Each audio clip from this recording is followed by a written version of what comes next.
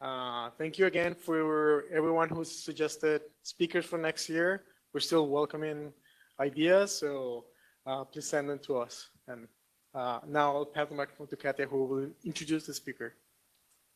Okay, so it's really my pleasure to introduce you to Matt Marino, who I met in 2018. I don't think he remembers, but I attended one of his sessions at a workers' compensation conference in Portland, and he was presenting with Rick Goggins, which is a very well-known ergonomist here in the Pacific Northwest, and they both were speaking at the conference about the utilization adoption of exoskeleton, and really caught my attention since then.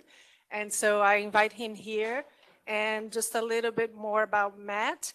Matt is the owner of, and I want to say one word about Matt. He's a really innovator. So if you want to hear about an entrepreneur, innovator person, this is a person you can speak with about many things. Matt is the owner of the two Portland-based business. Prime Performance is a rehabilitation clinic and performance center, and Evolving Innovation is a workplace safety and health and ergonomics consulting firm. Matt is a physical therapist, applied sports scientist, performance coach, and certified professional ergonomist. He is an international recognized expert in wearable assisted technology, including exoskeletons and exosuits. He has over 10 years of hands-on experience working with these devices. Thank you, Matt, for being here. Thank you, Katia. Thanks for having me. Can we mute that? And thank you all for coming to this. I really appreciate it. And thanks for the folks that are online. The title of the talk today is Realizing Potential: Drivers of Occupational Exoskeleton Adoption and Return on Investment. So I'm going to add just a little bit more about me. Here's like a little bit of my life right here. I've been working in the human performance space for the last 24 years. 19 of those years, I've also been a physical therapist delivering PT to clients ranging from folks in neurological settings to long-term acute care to outpatient orthopedic. I've done some aquatic therapy. And in 2007, I moved out to Portland and started doing industrial on-site treatment. That's what got me into ergonomics, was treating people for injuries sustained in the workplace and then going out as part of their evaluation and seeing the conditions that they worked in and the job that they had to do, and realizing very quickly, this is something that needs to be fixed. Otherwise, you're going to have to keep coming to see me for therapy. So ergonomics for the last 17 years or so. And exoskeletons I got into about 13 years ago when my first kiddo was born. My son has cerebral palsy. That's when I got interested in these devices. I started looking at research in the NICU, thinking about the future of his life. Is he going to be able to move and navigate this world like we can?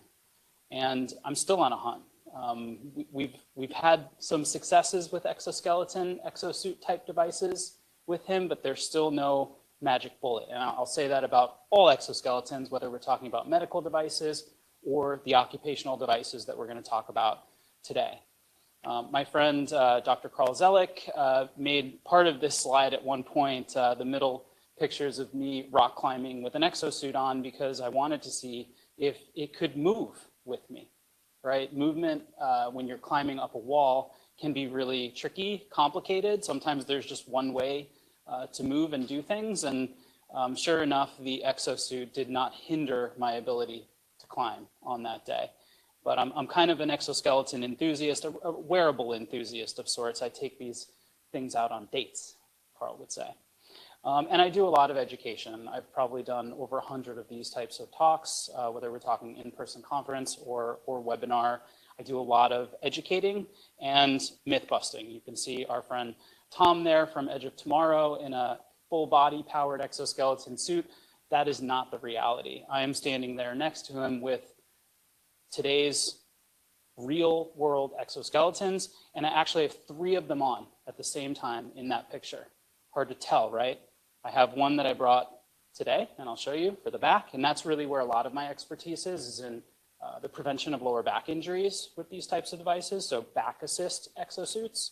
But I also have a neck device on, And I have a device that increases intra-abdominal pressure by reflexively firing your core, which is kind of interesting, called the breath belt.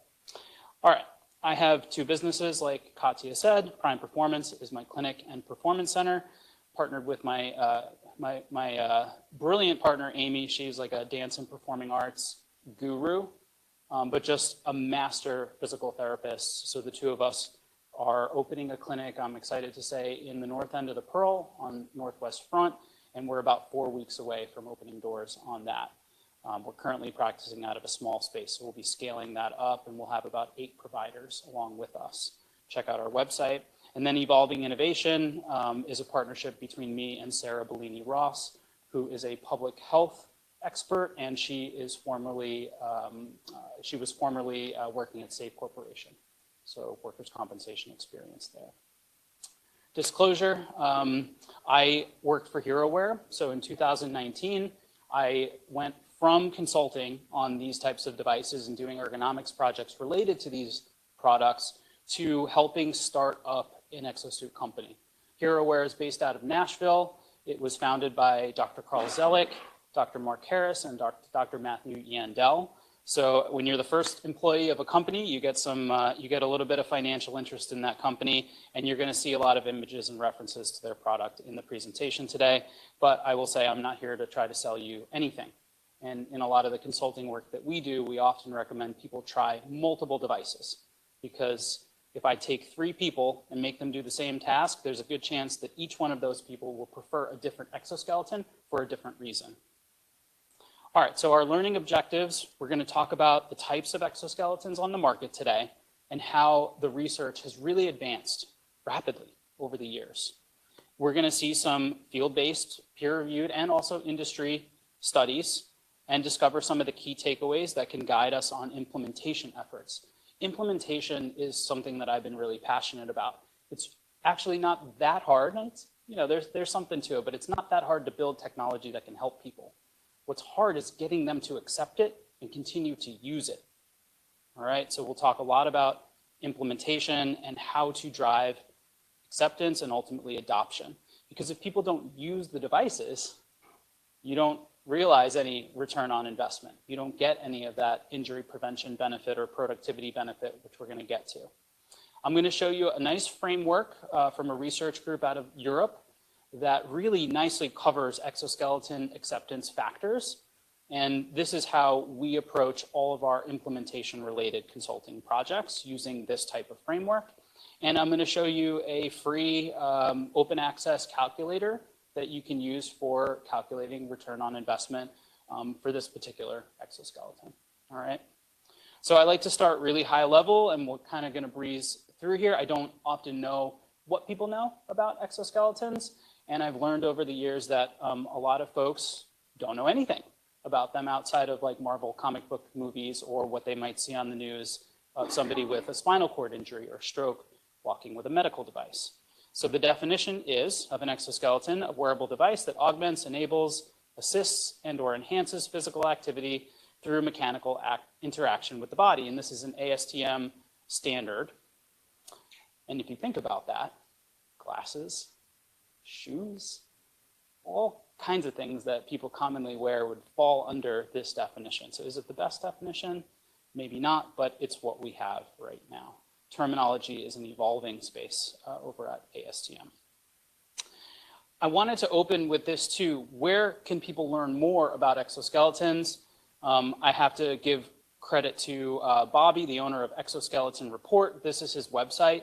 I took this screenshot this morning and updated this slide with it. So my bad on the marketing front. I forgot to tell Bobby about this event. Otherwise, it would have ended up on the upcoming events side here. So he does a great job of letting people know if they go to the site, what events are coming up. There's news, he's got newsletters, articles, and a very complete catalog of exoskeleton devices and companies.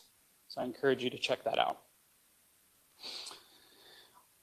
Getting into how people categorize or talk about or refer to exoskeletons. At a very high level, people like to think about energy sources.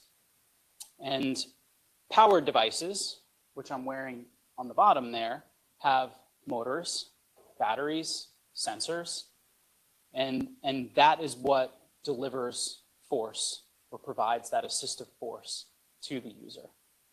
Passive devices or unpowered devices, which I'm wearing on the top, both of these are designed for the same body part too. These are both back assist exoskeletons or exosuits, but passive has no motors, batteries, or sensors. So the top product, and these are both lightweight, comfortable, easy to put on and take off, very easy to use, but the top product is